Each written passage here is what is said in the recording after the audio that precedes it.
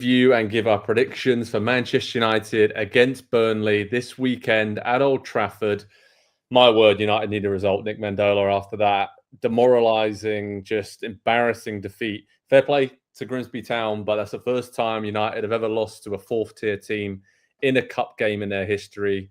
It was bad, really bad. The body language of the players, of Ruben Amorim, just the demoralizing nature of being dumped out of a competition like that at that early stage with no European action this season, and just the way it all unfolded. I mean, what's your thoughts on sort of the fallout and what Amram's had to say and some of the players? Because they seemed a bit sort of stunned, didn't they, that they actually are in this situation?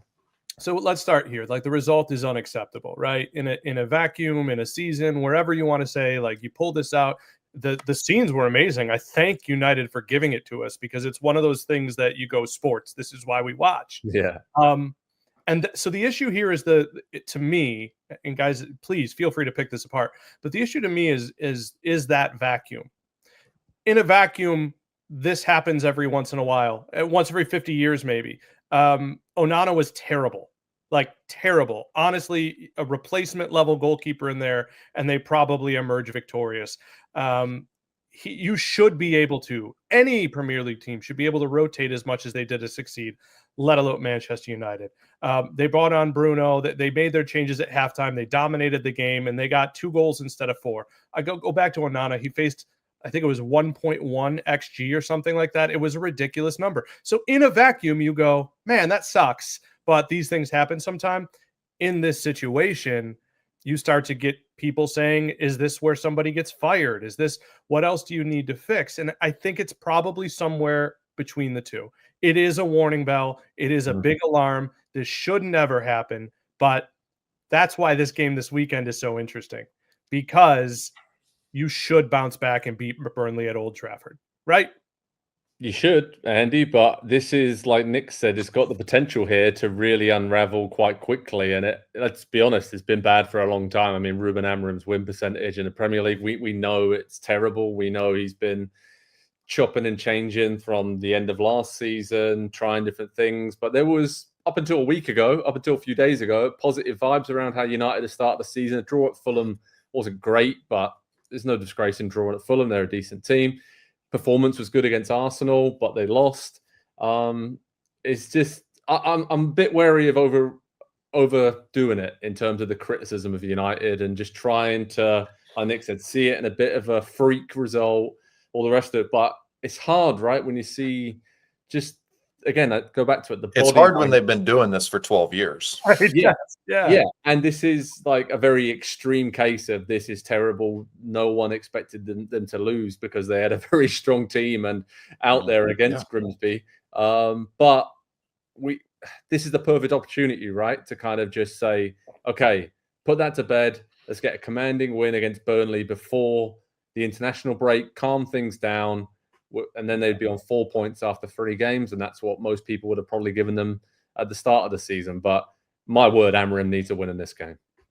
Yeah, he's, through no fault of his own, I think. I don't totally know. He's running out of time for excuses, not for, to be fired or anything yet, but I think we've heard enough about how bad everything is at Manchester United and how things need to be changed and fixed from the manager. I think, he's explained that enough times since he took over in November last year. And so we've heard about that. And so I appreciate that he at least didn't, kind of pull out that script after the game. And it was just, I don't have words. I'm really sorry. You should be sorry after a result like that. You lose to Grimsby Town.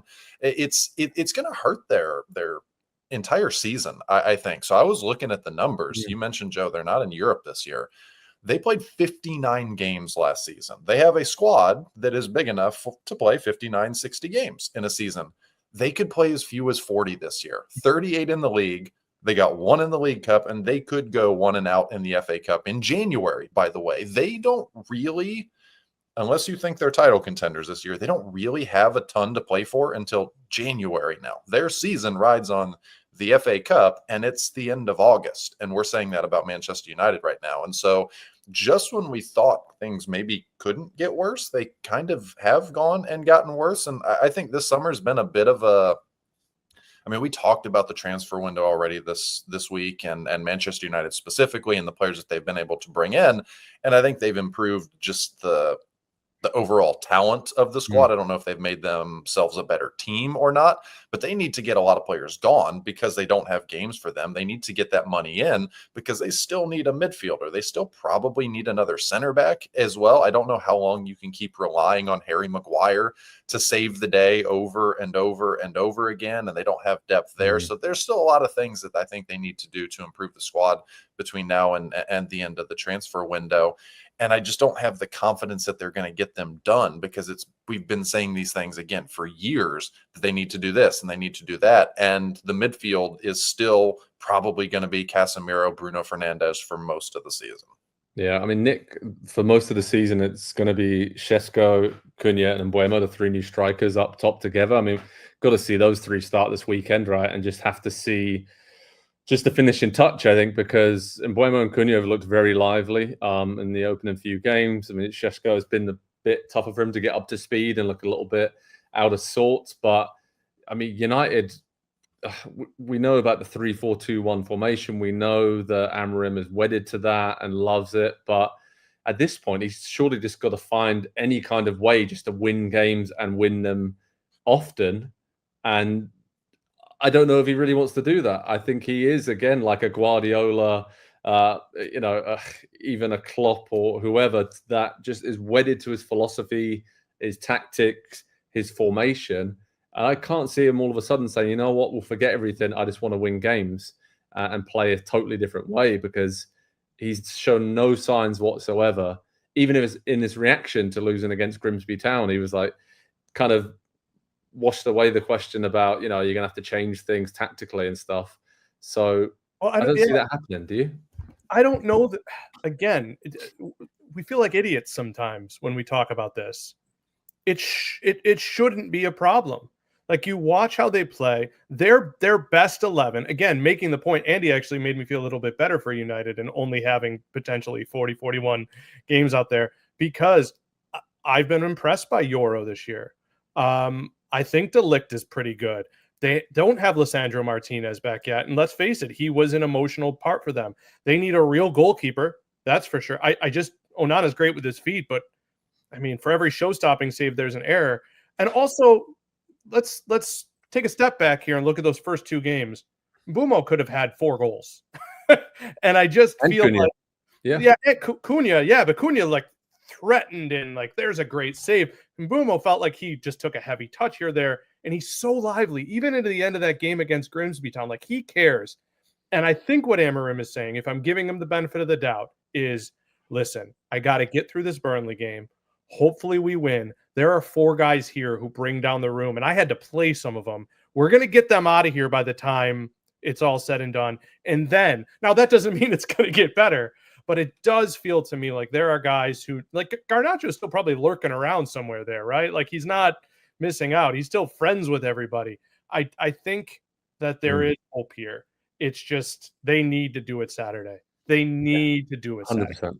And it might not be the worst thing in the world that they have fewer games this season. Again, like we say all the time, for a coach to work on the training ground with the players and just kind of iron some of these smaller things out, because a lot of small details still aren't right, and that is causing United a big problem. In terms of Burnley, I don't think they're going to cause United too many big problems. They did have that morale-boosting win back in the Premier League, obviously against Sunderland at home last weekend. We know what we're going to get from a Scott Parker side. They're going to sit deep, look to counter, set pieces are key.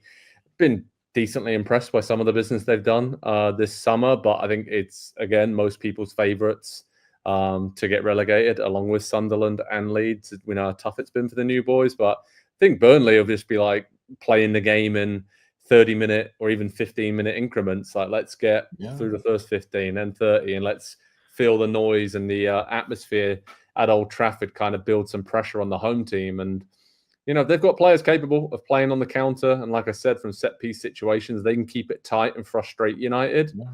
Yeah. They could do something, but I fully expect Manchester United to win this one. My score pick, Andy, I'm going 3-1 to Manchester United. I think that's about right. What about you? I want to join you in having confidence that they can bounce back, but they're going to defend deep, they're going to counter, and they're going to target set pieces. What are three things that Manchester United struggle with? Teams that sit deep and defend against them, don't let them counter, where Mbeumo and Cunha, are really at their strength. You're asking then Bruno to kind of unlock things. But if he's playing deeper in midfield, he's going to have to push forward, which is going to leave them a little bit more exposed, and just Casemiro kind of holding down the midfield by himself. Not a great situation to be in. They'll probably eke it out because they're at home, but also Old Trafford doesn't matter anymore. We've seen crazy stats about first. Do Manchester United need to go and get someone who can steady the ship in that position, or are they trusting who they've got, Bender and Onana, to fight it out for the number one? Onana is going to be heading off to AFCON in the winter, which is going to make it difficult again. I don't know, man. It's going to have to be sorted out in the future because at the moment, there's uncertainty in the back line. As a defender, I know that uncertainty behind me creates panic, and if you're going to be successful and consistent, you can't have that. United's move for Lamens comes amid Altay Bander's struggles in goal last season's regular Andre Onana looks surplus to requirements this season. Ferdinand described Bander's short stint as number one so far this season is shaky, but feels the 27-year-old has showed signs of potential. Onana hasn't found consistency yet, and his replacement looks shaky from set pieces, he argued. I think Bender has got potential, but at the moment he looks quite nervous, especially when the ball is put in under that crossbar. And at the weekend, there was a mistake for a goal. At set pieces, we look vulnerable. I came to the club when Fabian Barthez was there. But before that, Peter Schmeichel was there. Barthez was a World Cup winner and still didn't look comfortable, so it's a hard role.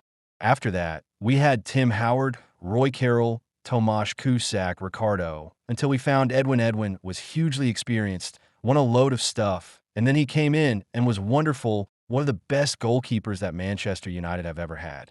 But it shows you that it's not an easy position to fill. United traveled to Grimsby this evening for a tie in the second round of the Carabao Cup, with Amram expected to make wholesale changes. Both Kobbie Mainoo, who is supposedly open to leaving Old Trafford before next week's deadline, and Joshua Zirkzee are yet to have featured for the Red Devils this season and are therefore in line for starts. While new recruit Benjamin Sesko could be set for his first start for United after coming off the bench in his new side's opening 2 games of the season.